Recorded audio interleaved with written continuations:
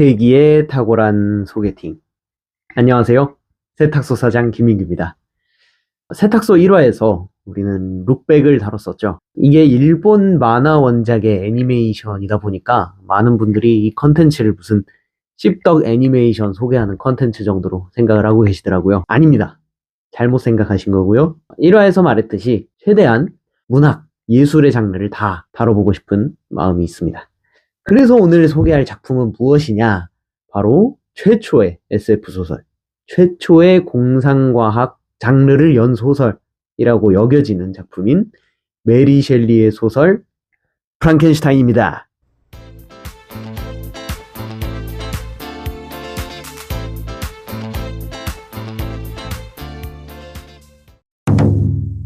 때는 18세기 말, 북극을 탐험하던 탐험대 대장 월튼이 가족에게 보내는 편지 형식으로 이야기는 시작됩니다.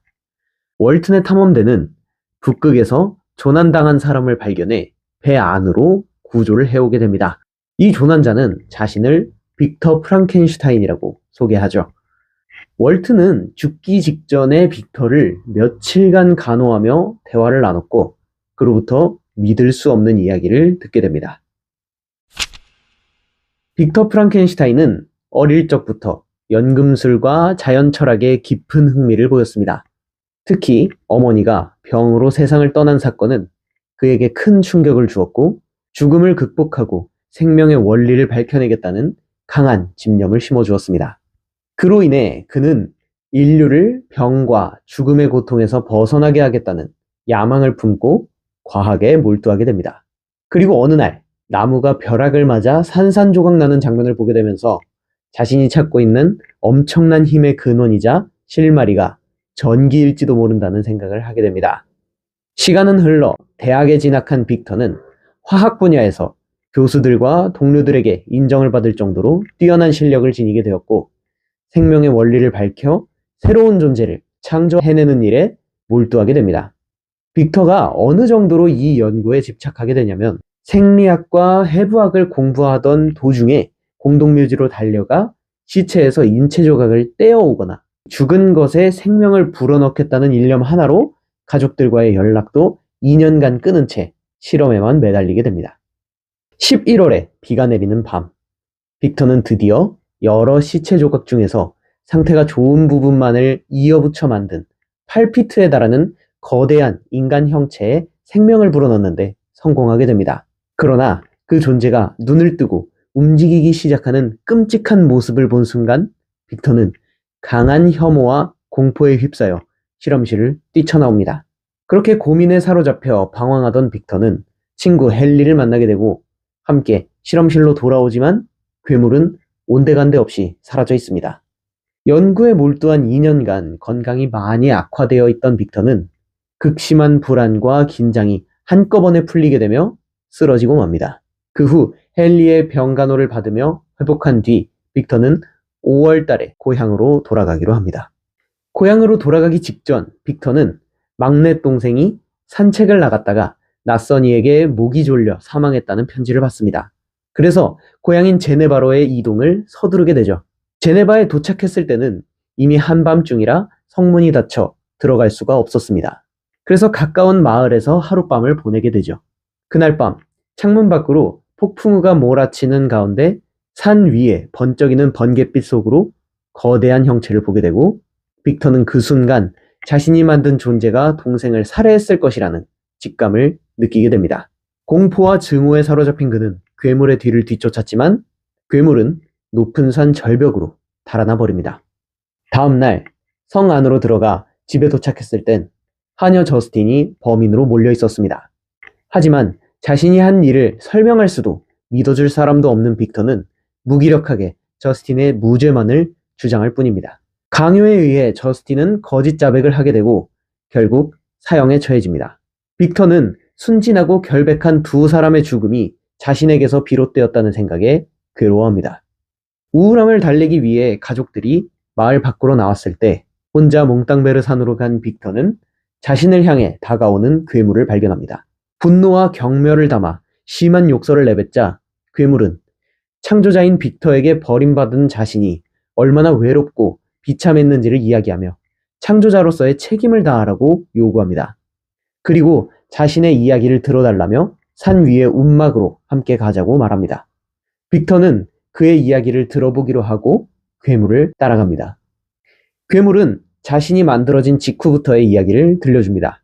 괴물은 탄생한 순간부터 창조자에게 버림받고 혼란에 빠져 연구실을 나와 만나는 사람마다 흉측하게 생겼다는 이유로 핍박받고 폭력을 당해 도망치다가 한 오두막 창고에 숨어 그곳에 사는 사람들을 통해 언어를 배우고 인간의 감정을 익혀 그들 몰래 인간들에게 도움을 주었지만 정체가 들통나자 오두막 주인들에게 거부당했던 경험을 이야기합니다. 그리고 자신과 같은 존재를 하나 더 만들어준다면 사람들의 눈을 피해 멀리 떠나 조용히 살겠다고 제안합니다.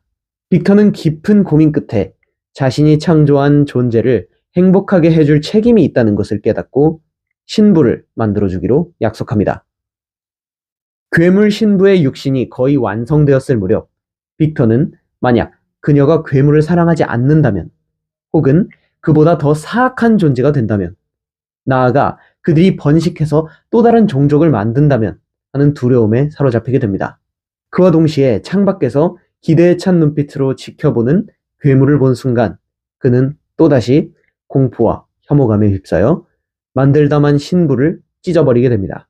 이에 분노한 괴물은 빅터에게 보복을 선언합니다.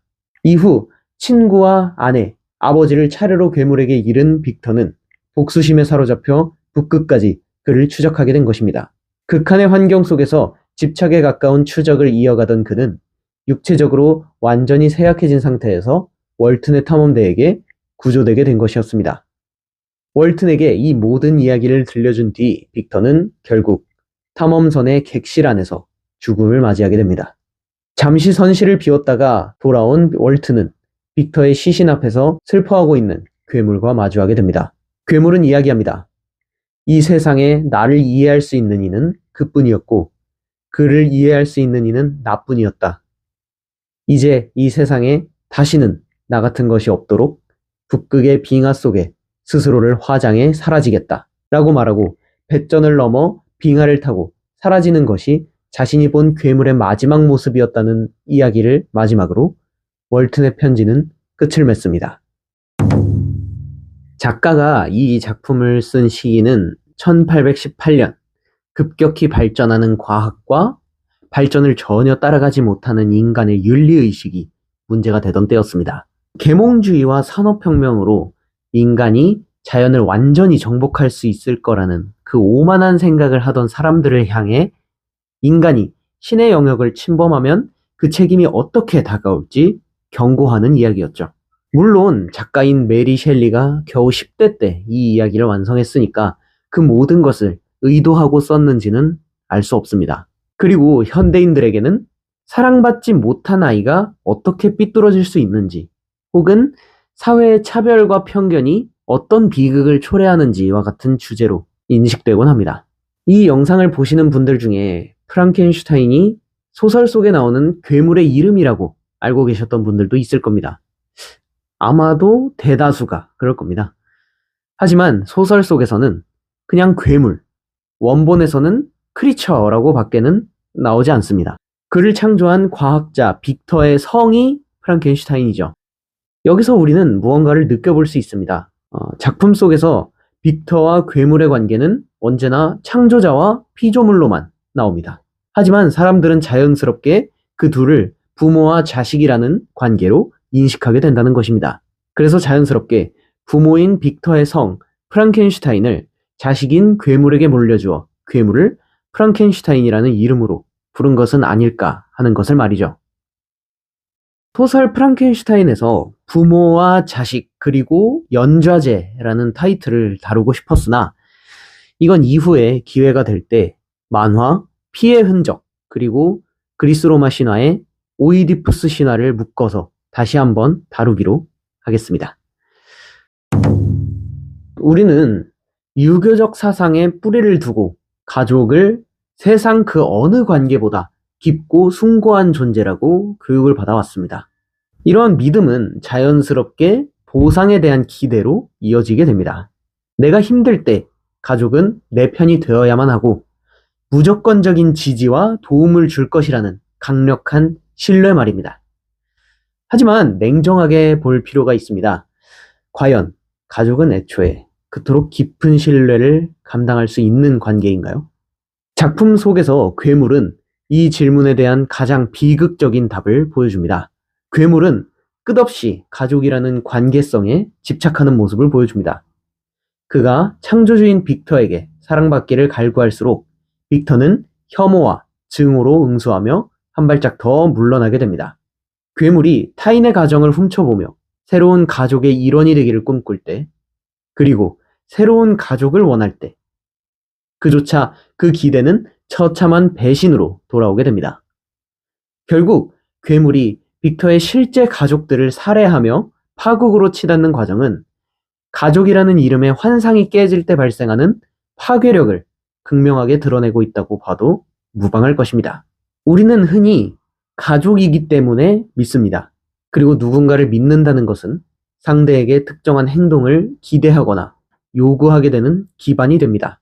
하지만 인간은 본질적으로 이기적인 존재이기 때문에 이러한 기대는 결국 상대방에게 강요가 되어버립니다. 우리의 삶을 한번 되돌아봅시다.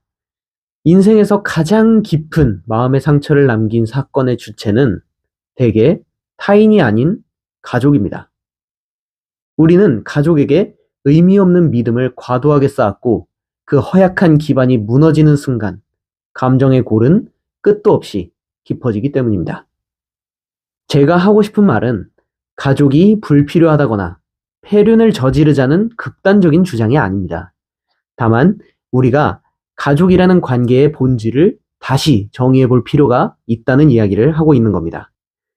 부모, 형제, 자식 중 그 어느 누구도 서로의 의지로 만난 존재는 없습니다. 가족이라는 테두리 안에서 우리가 유일하게 자신의 의지로 선택할 수 있는 관계는 오직 배우자뿐입니다. 태어날 때부터 주어진 선택권 없는 관계에 우리는 과도한 의미를 부여하고 있는 게 아닐까요? 가족을 당연히 나를 이해해야 하는 존재가 아닌 나와는 완전히 다른 타인임을 인정하는 것. 거기서부터 우리는 믿음으로 포장된 강요를 멈추고 상처로부터 자유로워질 수 있을 것입니다. 오늘의 탁월한 소개팅 프랑켄슈타인이었습니다.